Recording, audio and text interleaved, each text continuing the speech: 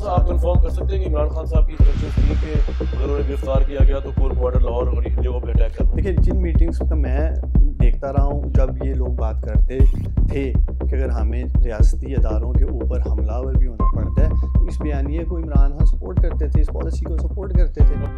बिस्मिल्लाहिर्रहमानिर्रहीम। ख्वाजा साहब, मेरी बात गौर से सुन लो। जो